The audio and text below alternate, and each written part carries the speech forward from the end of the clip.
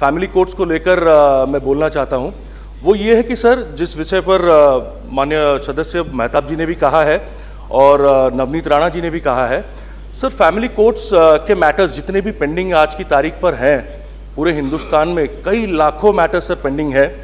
ये हमारा लॉ कहता है कि एक स्टिपुलेटेड टाइम में ये ख़त्म होना ज़रूरी होता है।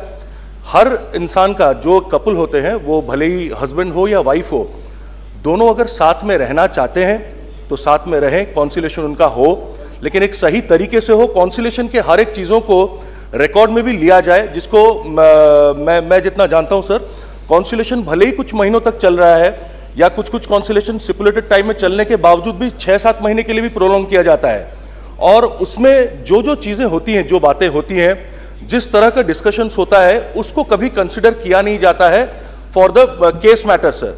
वो उसके बाद ट्रायल के लिए जाता है। ट्रायल में सर कई टाइम, जो लंबी समय सीमा होती है सर, उससे किसी को कुछ फायदा नहीं होता है sir. What I have understood in my life about everyone's marital Discord sir, दोनों में असल में सर किसी की जीत अंत में नहीं होती है।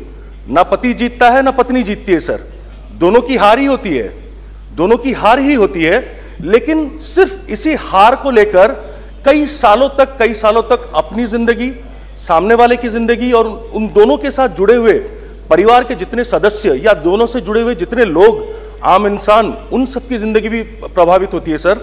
और फैमिली कोर्ट्स में एक बहुत गंभीर विषय यह है, जिस बारे में मैं इस पार्लियामेंट में इससे पहले भी सर बोल चुका हूं, एंड मैं चाहूंगा दोबारा उसको दोहराने के लिए। फैमिली कोर्ट्स में सर छोटे बच्चों को लिया जाता है। जिस तरह से मैंने देखा है सर, माओं को अपने छोटे बच्चों को अपने साथ में लेकर, और जिस हालात में माँ भी रोती रहती है और बच्चे भी रोते हैं, और पिता भी आते हैं बच्चों से मिलने के लिए, ना सर दोनों में से कोई भी बच्चों को एक साथ मिल नहीं पाता, कोर्ट इजाजत भी देती नहीं है, और हो सकता है कि लॉयर्स भी उसको डिले करते रहते हैं जानबूझकर sir. With due respect to all lawyers, I am not saying about all lawyers, कुछ लॉयर्स हैं जो ऐसा करते हैं शायद, लेकिन सर इससे प्रभावित होते हैं वो बच्चे। बच्चों का अधिकार, बायोलॉजिकल एंड लेजिटिमेट राइट, अपने माता पिता दोनों पर होता है। पर जो बच्चा 18 साल की उम्र तक नहीं है, तब तक अगर वो वोट नहीं दे पाता, वो जब तक अपना नेता नहीं चुन पाता, और अब तो हम लोग 21 साल भी करने का सोच रहे हैं महिलाओं के विवाह की उम्र, देन सर हम एक 4 साल, 5 साल, 6 साल के बच्चे को या 10 साल, 12 साल के बच्चे को कोर्ट में बुलाकर उनसे जब पूछते हैं कि बेटा आप या बेटी आप किसके साथ रहना चाहते हो, पिता के साथ या माता के साथ, इसका क्या मतलब बनता है सर? बच्चे का तो हक दोनों पर होना चाहिए।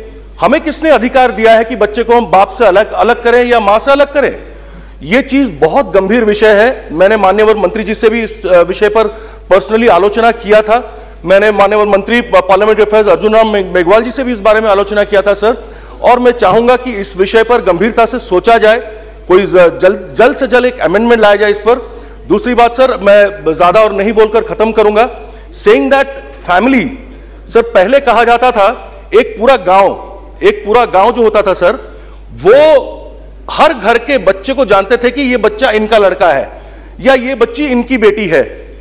लेकिन उसके बाद आया धीरे धीरे कम होकर, वो छोटा होकर जॉइंट फैमिली में परिवर्तन हुआ, जिसमें सर 2 भाई 3 भाई या चाचा चाची सब मिलकर एक साथ रहने लगे एक परिवार में। सब अपने अपने कभी भी जरूरत के वक्त पर या त्योहारों पर एक साथ होने लगे। उसके बाद आया sir nuclear families. Nuclear family में पति पत्नी अपने बच्चों को लेकर अलग रहने लगे। जॉइंट फैमिली की प्रथा खत्म हो गई सर, यहीं पर न्यूक्लियर फैमिली होने लगी।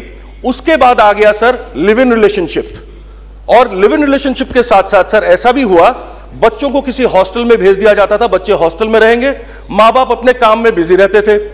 और फिर आज की तारीख में जो समस्या है, जो पूरे हिंदुस्तान की समस्या है, वो ये है, और जॉइंट फैमिली का मीनिंग ये है, अगर एक पति अपने पत्नी के साथ या एक पत्नी अपने पति के साथ एक साथ रह जाए तो उसे कहलाया जाता है जॉइंट फैमिली सर। यह बड़ी दुख की बात है सर, यह बड़े दुख की बात है, जो हमको सोचना चाहिए कि हम आजादी का अमृत महोत्सव 75 साल का मना रहे हैं हमारे देश में, लेकिन देश आगे जिस तरह से बढ़ रहा है, जिस तेजी से प्रगति कर रहा है, कुछ ऐसी चीजें सर, और विशेषकर मैं ना तो पुरुषों के खिलाफ बोलूंगा ना महिलाओं के खिलाफ बोलूंगा सर, मैं दोनों के सपक्ष में बोलूंगा और दोनों के लिए बोलूंगा कि दोनों को हक है, समान अधिकार है इज्जत से जीने का, दोनों का समान अधिकार है अपने मान मर्यादा से जीने का। और ऐसे चीजों में, ऐसे वक्त में जब मैरिटल डिस्कॉर्ड्स चलती हैं कहीं पर भी, इनमें बहुत ज्यादा बुरा प्रभाव पड़ता है मीडिया ट्रायल्स का भी। अगर किसी रिश्ते का कहीं भी थोड़ा सा भी सर चांस भी होता होगा ना कि जुड़ जाए या कुछ रियूनियन हो जाए या कुछ सही हो जाए, हमारा लॉ भी वही चाहता है कि जब कॉन्सिलेशन हम करते हैं, कॉन्सिलेशन जब हम लाते हैं तो यही सोचकर लाते हैं कि हो सकता है थोड़ा सा परिवर्तन आ जाए दोनों की सोच में, दोनों इकट्ठे फिर से हो जाएं, क्योंकि दो जिंदगियां सर जुड़ती हैं बड़ी मुश्किल से, बहुत प्यार से, and we are the result of thousands of love. So इसको जब कॉन्सिलेशन में हम लाते हैं, चांसेस भी हो तो मीडिया ट्रायल का जो बुरी तरह से शिकार होते हैं, खाली विक्टिम्स वो कपल से नहीं होते, उनके परिवार होते हैं और पूरे फैमिली के से कनेक्टेड रिलेटिव्स, फ्रेंड्स, हर कोई होता है।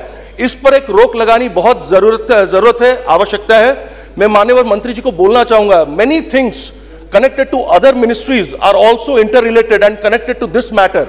माननीय मंत्री जी से मैं आग्रह करूंगा, sir please, Kiran Rijiju ji, this family court amendment bill is undoubtedly really good, undoubtedly good, but कुछ और चीजें भी हैं जो इसके साथ जुड़ी हुई हैं। जैसे मैंने मीडिया ट्रायल्स की बात कहा है, please look into these matters also. ये सारी चीजें बहुत आवश्यक है। And sir, once again I would also request at the end, before closing, बच्चों के लिए एक सेपरेट मिनिस्ट्री किया जाए। मैं नहीं बोल रहा हूं कि honourable minister is unable to do that, no, she is efficient enough and doing it very dynamically, but अगर एक स्पेशल डिपार्टमेंट बने या मिनिस्ट्री बने तो हो सकता है कि उनकी सोच पर, उनके दिमाग को किस तरह से हम विकसित करें, बच्चों के लिए जो हमारे भविष्य है देश का, हमारे दुनिया का, उनके लिए कैसे अच्छे से काम करें, इस पर और गौर दे सकेंगे। Thank you so much sir. जय हिंद, वंदे मातरम सर।